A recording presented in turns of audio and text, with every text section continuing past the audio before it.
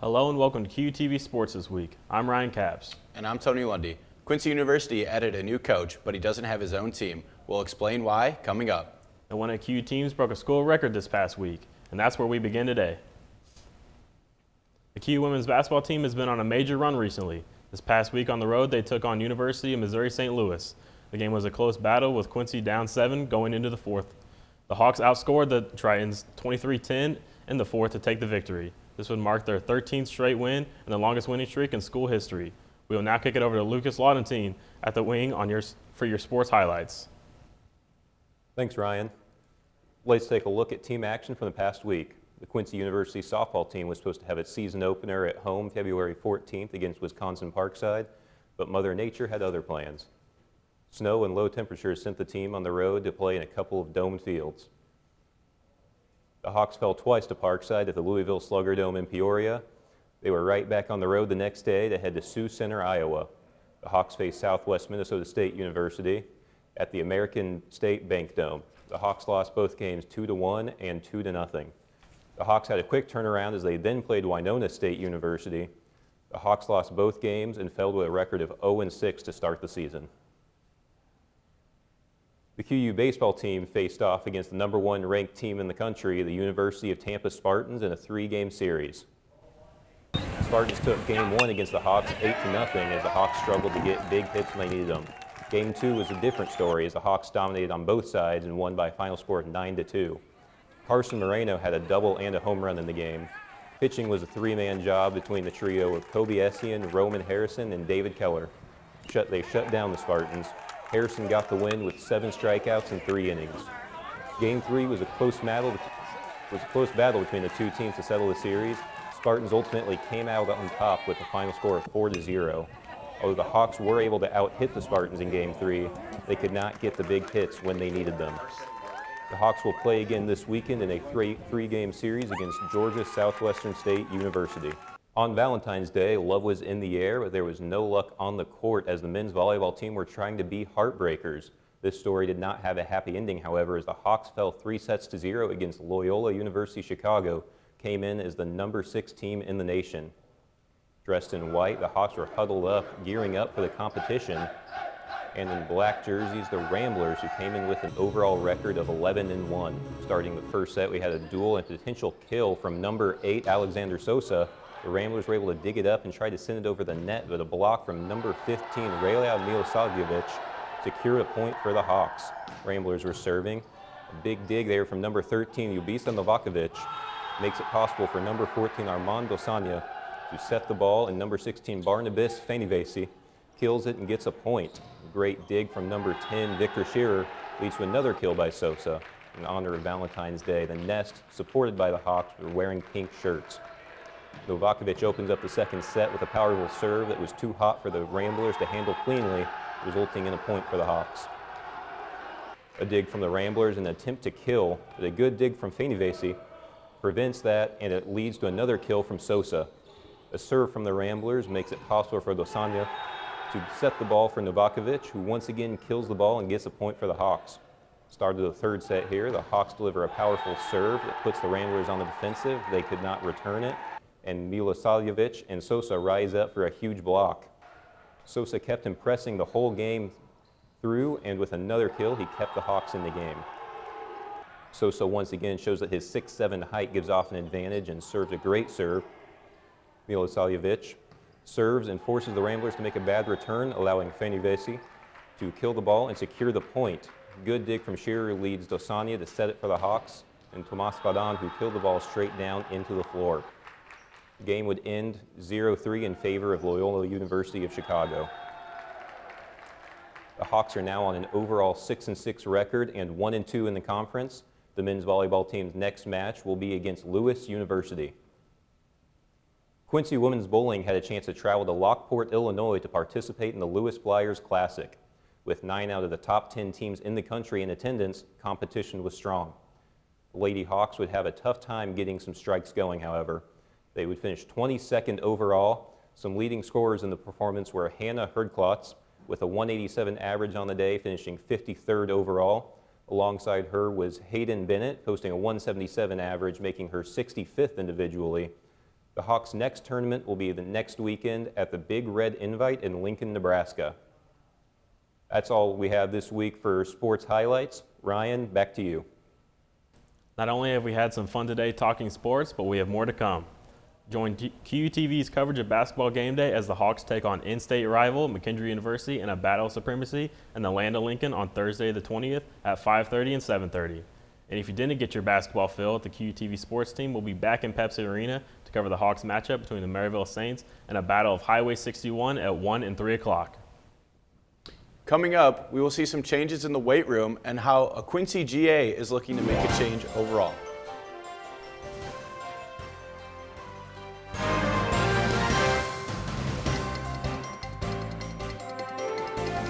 Quincy University is giving back to the community as graduate assistant Joe Webb is helping with community service projects for the school.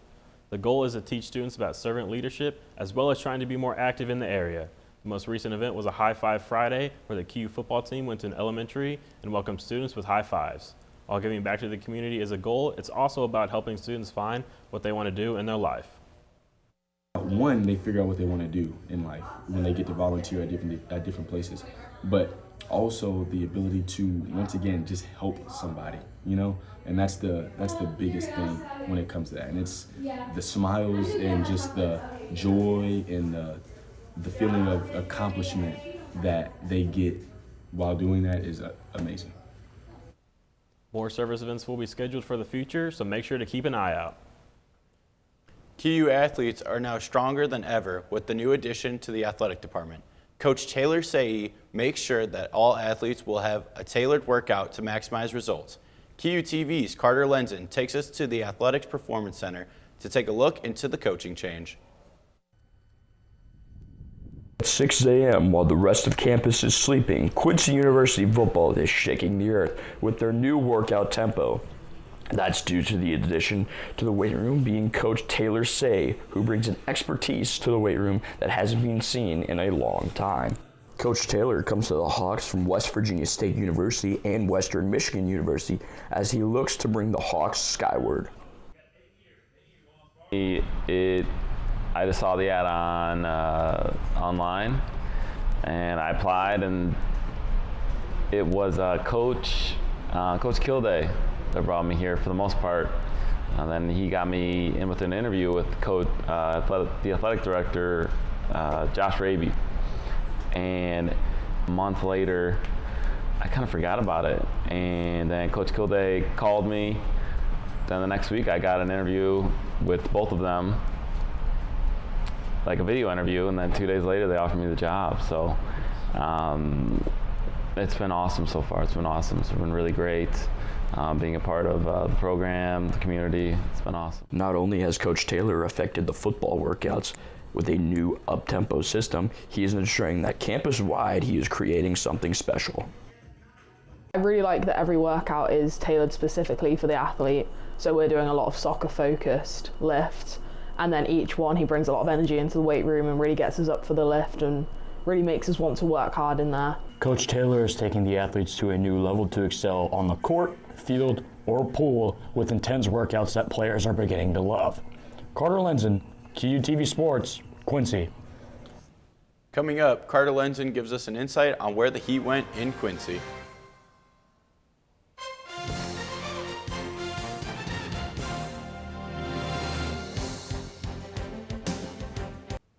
Well, if you stepped outside in the past few days, you can tell that Quincy is in a subarctic state. Yeah, I think it's actually warmer in Alaska now than it is in the Midwest. Carter, what do you think? Well, these past few days, we've seen a lot of wintry mixes and snowfall to mix in the start of building igloos in Friars Field. But it's not bad news for the rest of the week. Let's take a look at the graphics real quick. So we got coming up, it's been below freezing temperatures, but there's nothing to worry about. Every dorm should be nice and warm for everybody here on Quincy's campus, but if you step outside, you might have a little bit of snot freeze in your nose.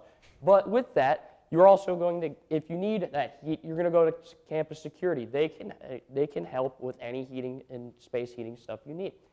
As well, winter does linger just a little bit, but there are some plus sides by the end of this week. Let's look at the weather today, though. We see today that we are at 13 degrees for a high with a -1 low.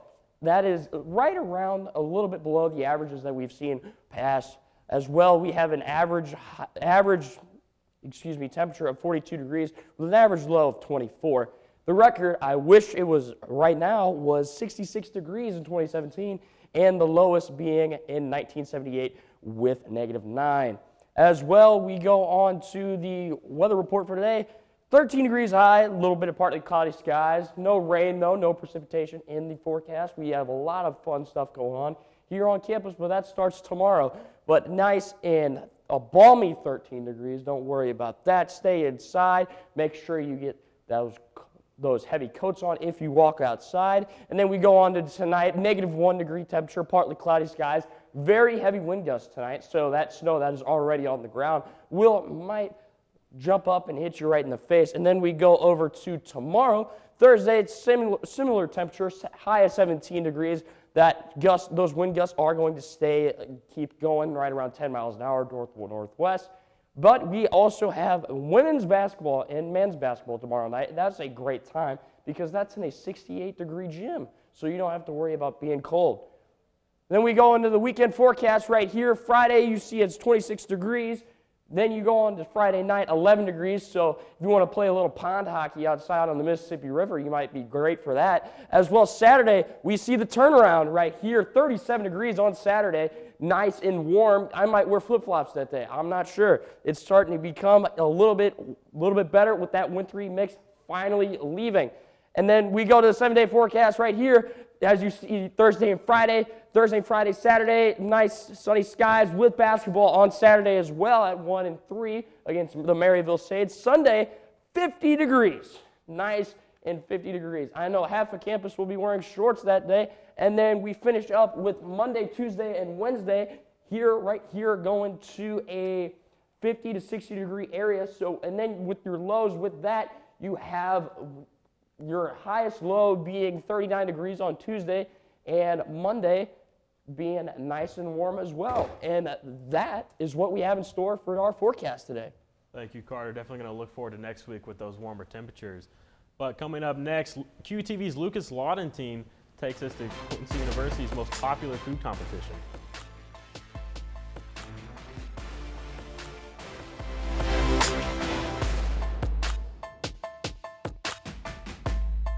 It's been pretty cold here in Quincy over the last week. Fortunately for Quincy residents, they had a chance to warm up with some chili. QUTV's Lucas Lawton team has more on the recent chili cook-off. The HFC hosted the 35th annual Mart Heinen Chili Cook-Off on Sunday. This cook-off happens every year in efforts to raise money for the Mart Heinen Club. The Mart Heinen Club is one of the leading reasons the school is able to improve athletics across campus. Cook-Off had a different name this year, in efforts to honor a person who had a big impact in getting it off the ground. And it was the Mart Heinen Chili Cook-Off. Now it is the John Funke Memorial, because he was one of the initiators that started the Chili Cook-Off, and when he passed away, they honored him by naming it after him. And like I said, it's one of the many fundraisers that the Mart Heinen group does to help support the athletic. Visitors had chances to enter into a raffle, get drinks from the bar, and of course, eat chili. Everybody had a chance to get chili from each table and decide for themselves which table offered the best chili. With so much good chili there, it had me wondering what some of the secret ingredients were. So it basically started about 15 years ago.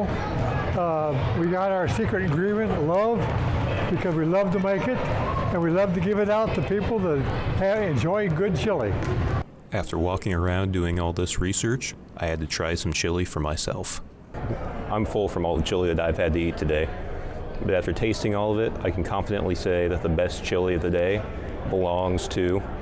Be sure to be on the lookout for similar events like this in the future from the Mart Heinen Club. Lucas Lawton, QUTV News, Quincy. You know, looking at this weather lately, those baseball players are in Tampa with the nice weather, and I'm kind of jealous. What do you guys think?